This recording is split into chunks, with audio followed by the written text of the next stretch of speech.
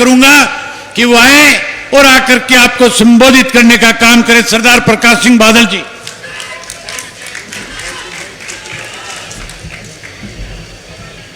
सत्कारयोग श्री ओम प्रकाश चौटाला जी, साबका मुख्यमंत्री हरियाणा, डॉक्टर फारूक अब्दुल्ला जी, साबका मुख्यमंत्री Jammu Kashmir, Tyagi ji, general secretary Janata Dal you, Chaudhary Virendra Singh ji, मेरे अजीज अभय चौटाला जी और हरियाणा के कोने कोने से आए चौधरी देवीलाल जी के प्यार वाले वीरों और बहनों, आज हम बड़ी श्रद्धा के साथ, बड़े प्यार के साथ, बड़े अदब के साथ चौधरी देवीलाल जी की 108 जन्म शताब्दी मना रहे हैं। चौधरी देवीलाल जी एक इंसान नहीं थे बल्कि एक इंस्टीट्यूशन थे। उनकी जिंदगी पर किताबें लिखी जा सकती हैं। उनमें सबसे ज्यादा जो जज्बा था वो कुर्बानी का जज्बा था। जिस वक्त भी मुल्क को जरूरत पड़ी है, चौधरी देवीलाल जी ने आगे आकर कुर्बानी दी है। सबसे पहले हमारी जो लड़ाई हुई देश में, वो देश की आजादी की लड़ाई थी।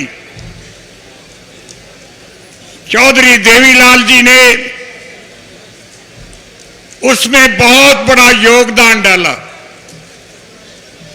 लंबा समय जेलों में रहे, मुल्तान जैसी जेलों में रहे,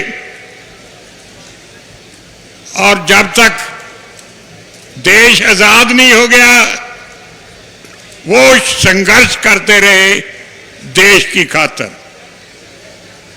दूसरी कुर्बानी उन्होंने ये की कि जब हमारे देश पर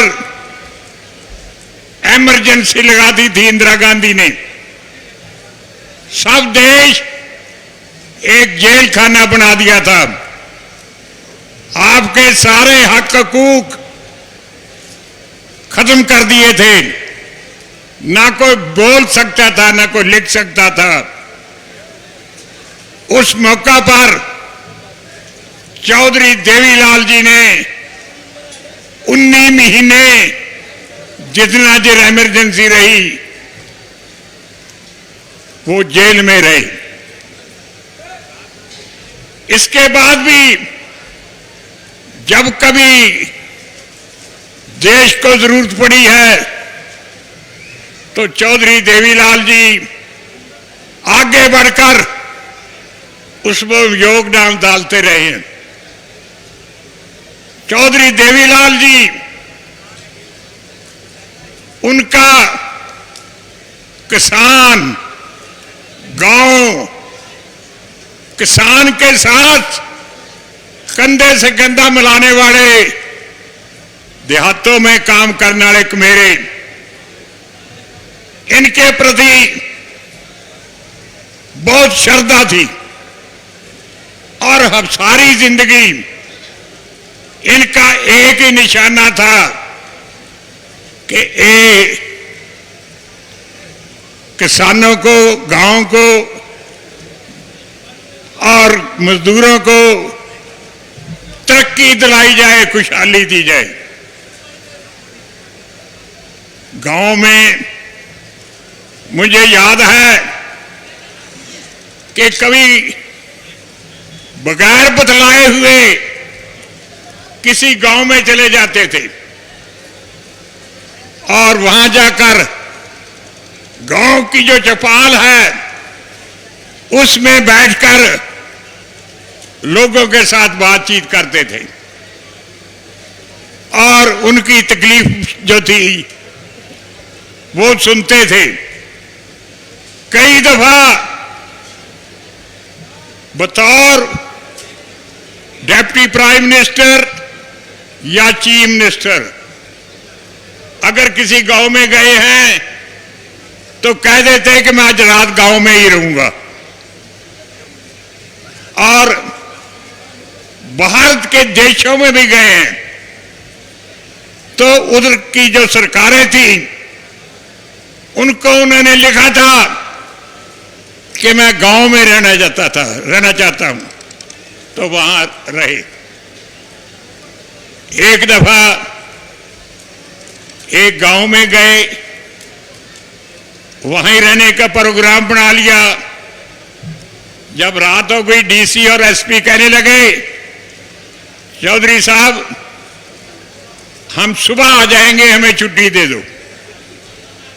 कहने लगे कि आप भी यहां रहें, जब तक आप गांव में नहीं रहेंगे तब तक यहां के लोगों की कोई तकलीफ ना आप समझ सकेंगे ना हल कर सकेंगे। तो उनको वहां रहने के लिए मजबूर जो किया उन्होंने। देखिए चौधरी देवीलाल जी के साथ सारे हिंदुस्तान में सबसे ज्यादा गहरा जो संबंध था वो मेरे साथ और हमारे परिवार के साथ उनका संबंध था। और हम इकट्ठे एक दिन हरियाणा में एक दिन पंजाब में काम करते रहे। मैं एक बात कहे बिना रह नहीं सकता। डॉक्टर फरूक अब्दुल्ला जी यहां बैठे हैं, मेरी अकेली लड़की है, उसकी शादी थी तो मैं तो जेल में था, कांग्रेस वाले मुझे जेल में ही रखते थे।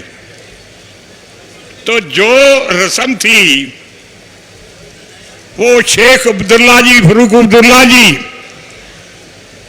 मेरी जगह पर इन्होंने की और ये भी कहा कि जब मेरी बहन की शादी थी तो मेरे पिताजी वो भी जेल में थे। ये पुराने जो लीडर हैं, ये पुराने घराने हैं, इनमें ये सिफ्त होती है ये काम करने की। देखिए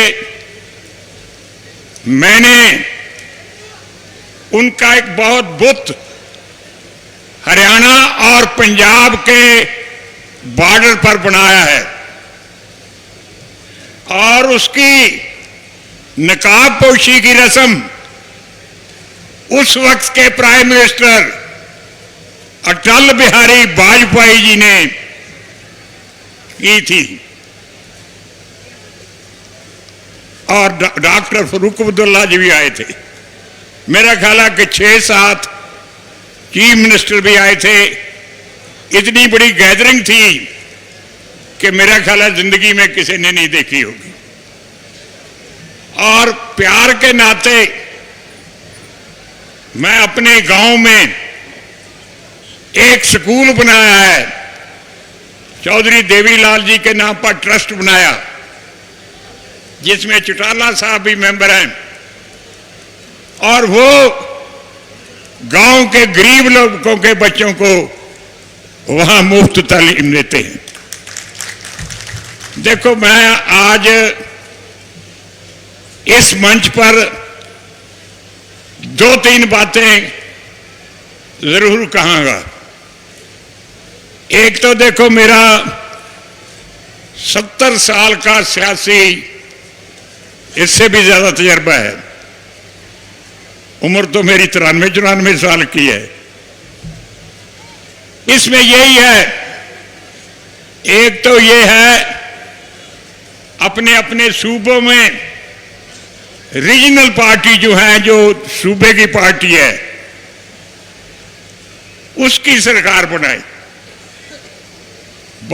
जो लोग आपकी तकलीफें जानते नहीं, दिल्ली में बैठे हैं, कभी गांव देखा नहीं, कभी गरीब किसान की मजदूर की तकलीफ नहीं देखी, वो आपकी तकलीफ का क्या हल कर सकते? इस करके जब तक आप रीजनल पार्टी को शक्ति नहीं देंगे, उस वक्त तक आपका कुछ नहीं बनेगा।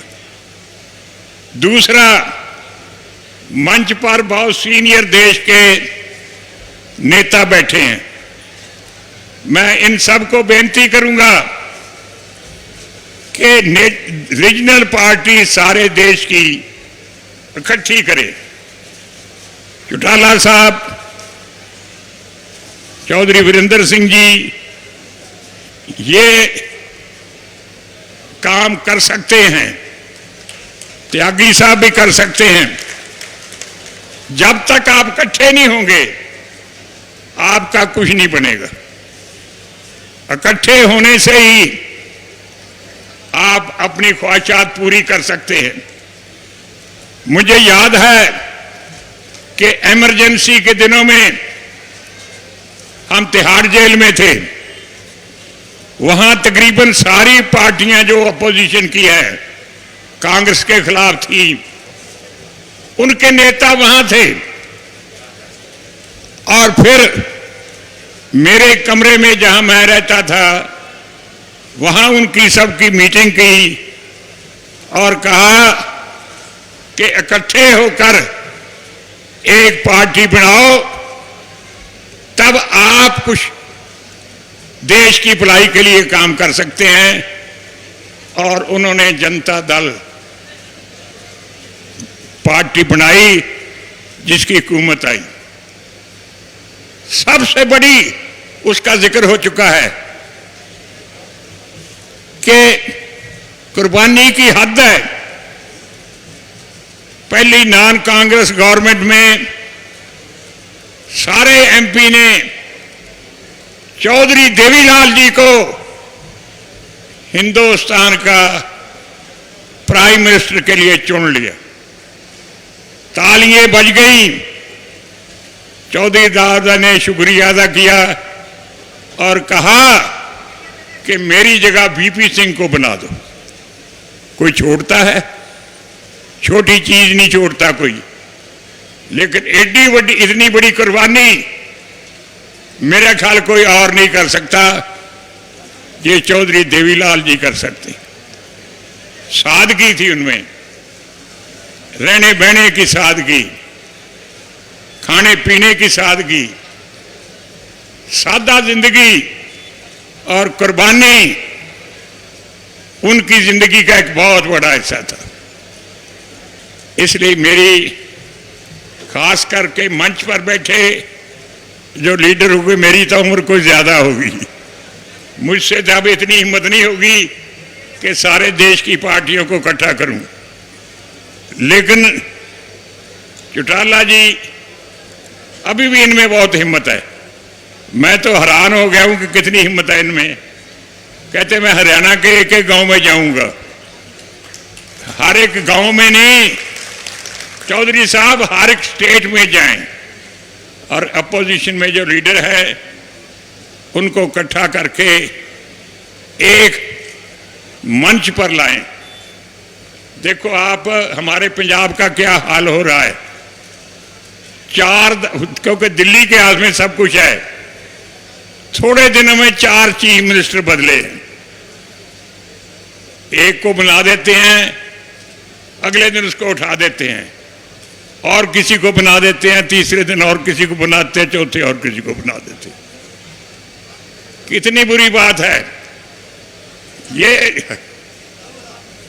हाई कमांड वो होती है जो एक फैसला करे और उस पर पूरा रहे।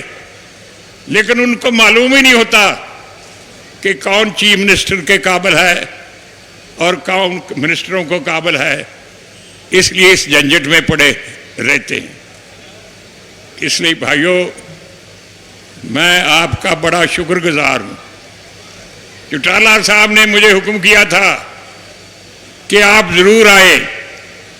मैंने कहा मैंने डॉक्टरों ने मना किया है, सेहत ठीक नहीं, पर जहां चौधरी देवीलाल जी का नाम आ जाता है तो फिर तो मुझे जितना भी भावे तकलीफ हो, मैं उनके समागम में जरूर जाता हूं। तो आज के दिन की सबको बधाई, चौटाला साहब को और उसके परिवार अभय चौटाला जी को सबको बधाई।